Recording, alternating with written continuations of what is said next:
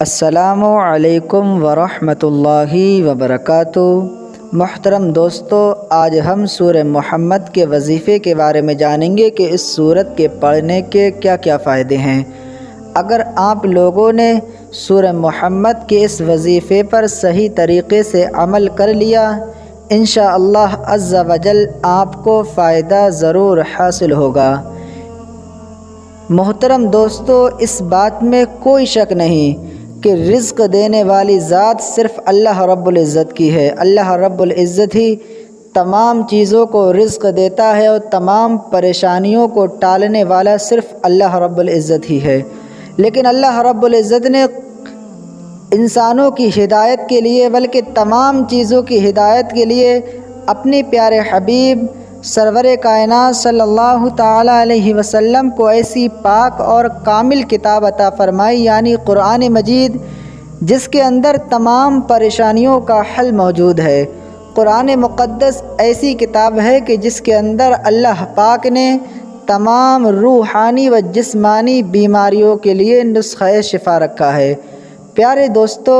آپ خود اندازہ لگائیے کہ جس سورت کا نام ہمارے آقا حضرت محمد مصطفیٰ صلی اللہ تعالیٰ علیہ وسلم کے نام پاک سے منسوب ہو تو وہ سورت کتنی بابرکت ہوگی۔ اگر کوئی شخص روزانہ سورہ محمد کو پڑھنے کا معمول بنا لیتا ہے تو اللہ پاک اسے بے شمار عزت سے نوازتا ہے۔ اگر کوئی شخص کسی ایسی پریشانی میں گھر گیا ہو جس کا کوئی حل نظر نہیں آتا ہو تو ایسی صورت میں اسے چاہیے کہ روزانہ سورہ محمد کی تلاوت کر لیا کرے۔ اگر پڑھنا نہیں آتا ہے تو سن لیا کرے۔ انشاءاللہ عز و جل اس بابرکت سورت کے پڑھنے اور سننے کی برکت سے اللہ پاک اسے تمام پریشانیوں سے محفوظ فرما دے گا۔ دوستو، آپ اس سورت کو روزانہ اپنے گھر میں، مکان میں، جہاں کاروبار ہے وہاں برکت کے لیے سن لیا کرو۔ انشاءاللہ عز و جل اللہ پاک آپ کے دکان و مکان میں برکتوں کا نزول فرمائے گا۔ پیارے دوستو، ہم جو باتیں آپ کو بتاتے ہیں وہ وہی بتاتے ہیں جو بزرگان دین نے ہمیں بتائی ہیں۔ آپ کتابوں کے حوالے ہمارے ڈسکرپشن میں دیکھ سکتے ہیں۔ آئیے دوستو سورہ محمد کو سن لیتے ہیں۔ اعوذ باللہ من الشیطان الرجیم، بسم اللہ الرحمن الرحیم۔ الذین کفروا وصدوا عن سبیل اللہ اضل اعمالهم والذین آمنوا وعملوا الصالحات وآمنوا بما نزل على محمد وهو الحق من ربهم كفر عنهم سيئاتهم وأصلح بالهم ذلك بأن الذين كفروا اتبعوا الباطل وأن الذين آمنوا اتبعوا الحق من ربهم كذلك يضرب الله للناس أمثالهم فإذا لقيتم الذين كفروا فضرب الرقاب حتى إذا أثخنتموهم فشدوا الوثاق فإما منا بعد وإما فداء حتى تضع الحرب أوزارها ذلك ولو يشاء الله لانتصر منهم ولكن ليبلو بعضكم ببعض والذين قتلوا في سبيل الله فلن يضل أعمالهم سيهديهم ويصلح بالهم ويدخلهم الجنة عرفها لهم يا أيها الذين آمنوا إن تنصروا الله ينصركم ويثبت أقدامكم والذين كفروا فتعسا لهم وأضل أعمالهم ذلك بأنهم كرهوا ما أنزل الله فأحبط أعمالهم أفلم يسيروا في الأرض فينظروا كيف كان عاقبة الذين من قبلهم دمر الله عليهم وللكافرين أمثالها ذلك بأن الله مولى الذين آمنوا وأن الكافرين لا مولى لهم إن الله يدخل الذين آمنوا وعملوا الصالحات جنات تجري من تحتها الأنهار والذين كفروا يتمتعون ويأكلون كما تأكل الأنعام والنار مثوى لهم وكأي من قرية هي أشد قوة من قريتك التي أخرجتك أهلكناهم فلا ناصر لهم أفمن كان على بينة من ربه كمن زين له سوء عمله واتبعوا أهواءهم مثل الجنة التي وعد المتقون فيها أنهار من ماء غير ياسن وأنهار من لبن لم يتغير طعمه وأنهار من خمر لذة للشاربين وأنهار من عسل مصفى ولهم فيها من كل الثمرات ومغفرة من ربهم كمن هو خالد في النار وسقوا ماء حميما فقطع أمعاءهم ومنهم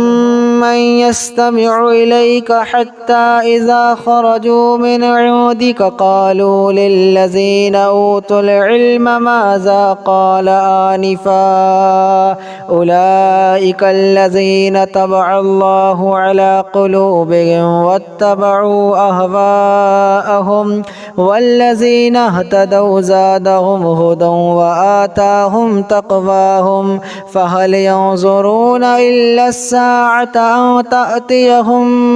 بغتة فقد جاء أشراطها فأنى لهم إذا جاءتهم ذكراهم فاعلم أنه لا إله إلا الله واستغفر لذنبك وللمؤمنين والمؤمنات والله يعلم متقلبكم ومثواكم ويقول الذين آمنوا لولا نزلت سورة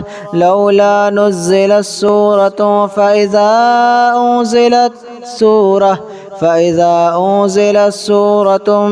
محكمة وذكر فيها القتال رأيت الذين في قلوبهم مرض ينظرون إليك نظر المغشي عليه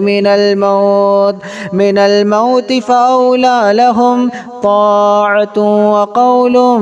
معروف فإذا عزم الأمر فلو صدقوا الله لكان خيرا لهم فهل عسيتم إن توليتم أن تفسدوا في الأرض وتقطعوا أرحامكم أولئك الذين لعنهم الله فأصمهم وأعمى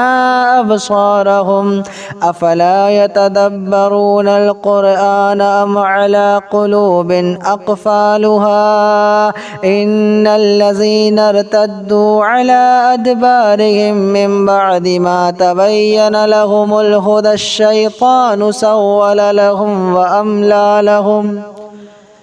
ذلك بأنهم قالوا للذين كرهوا ما نزل الله سنطيعكم في بعض الأمر والله يعلم إسرارهم فكيف إذا توفتهم الملائكة يضربون وجوههم وأدبارهم ذلك بأنهم اتبعوا ما أسخط الله وكرهوا رضوانه فأحبط أعمالهم أم حسب الذين في قلوبهم مرض أن لن يخرج الله أضغانهم ولو نشاء لأريناكهم فلعرفتهم بسيماهم ولتعرفنهم في لحن القول والله يعلم أعمالكم ولنبلونكم حتى نعلم المجاهدين منكم والصابرين ونبلو أخباركم إن الذين كفروا وصدوا عن سبيل الله وشاقوا الرسول من بعد ما تبين لهم الهدى لن يضروا الله شيئا وسيحبط أعمالهم يا أيها الذين آمنوا أطيعوا الله وأطيعوا الرسول ولا تبطلوا أعمالكم إن الذين كفروا وصدوا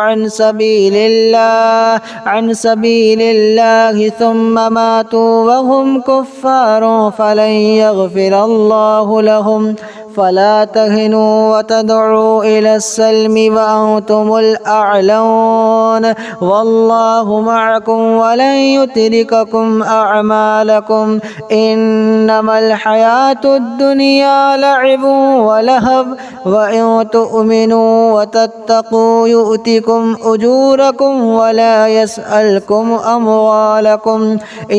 يسألكموها فيحفكم تبخلوا ويخرج أضغانكم ها أنتم هؤلاء تدعون لتنفقوا في سبيل الله فمنكم من يبخل ومن يبخل فإنما يبخل عن نفسه والله الغني وأنتم الفقراء وإن تتولوا يستبدل قوما غيركم ثم لا يكونوا أمثالكم بسم الله الرحمن الرحيم الذين كفروا وصدوا عن سبيل الله يضل أعمالهم والذين آمنوا وعملوا الصالحات وآمنوا بما نزل على محمد وهو الحق من ربهم كفر عنهم سيئاتهم وأصلح بالهم ذلك بأن الذين كفروا اتبعوا الباطل وأن الذين آمنوا اتبعوا الحق من ربهم كذلك يضرب الله للناس أمثالهم فإذا لقيتم الذين كفروا فضرب الرقاب حتى إذا أثخنتموهم فشدوا الوثاق فإما منا بعد وإما فداء حتى تضع الحرب أوزارها ذلك ولو يشاء الله لانتصر منهم ولكن ليبلو بعضكم ببعض والذين قتلوا في سبيل الله فلن يضل أعمالهم سيهديهم ويصلح بالهم ويدخلهم الجنة عرفها لهم يا أيها الذين آمنوا إن تنصروا الله ينصركم ويثبت أقدامكم والذين كفروا فتعسا لهم وأضل أعمالهم ذلك بأنهم كرهوا ما أنزل الله فأحبط أعمالهم أفلم يسيروا في الأرض فينظروا كيف كان عاقبة الذين من قبلهم دمر الله عليهم وللكافرين أمثالها ذلك بأن الله مولى الذين آمنوا وأن الكافرين لا مولى لهم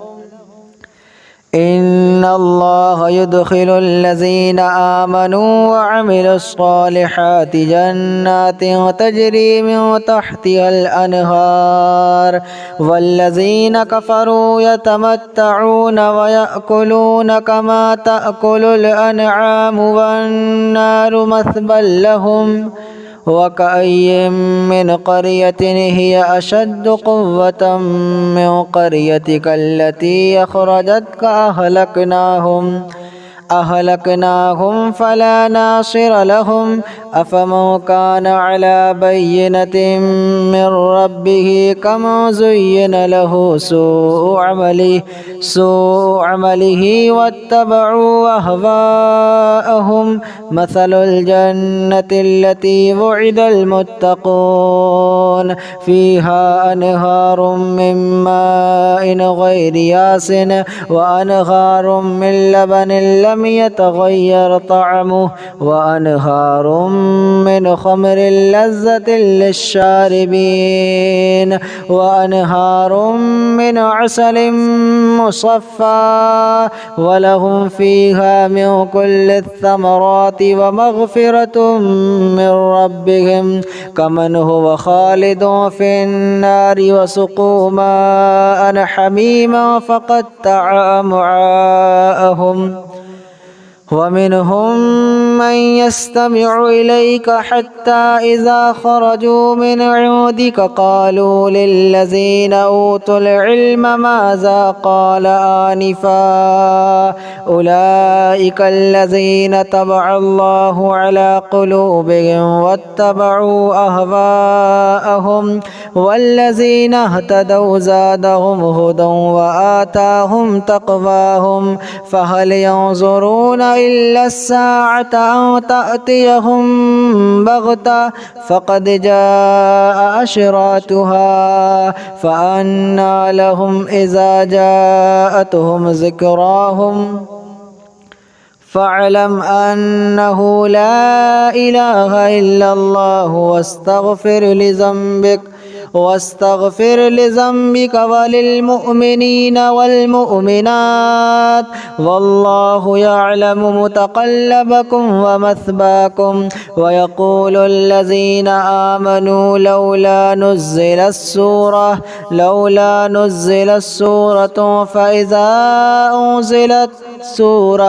فإذا أنزلت سورة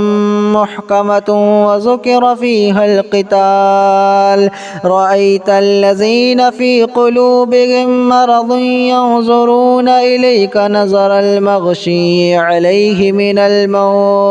من الموت فأولى لهم طاعة وقول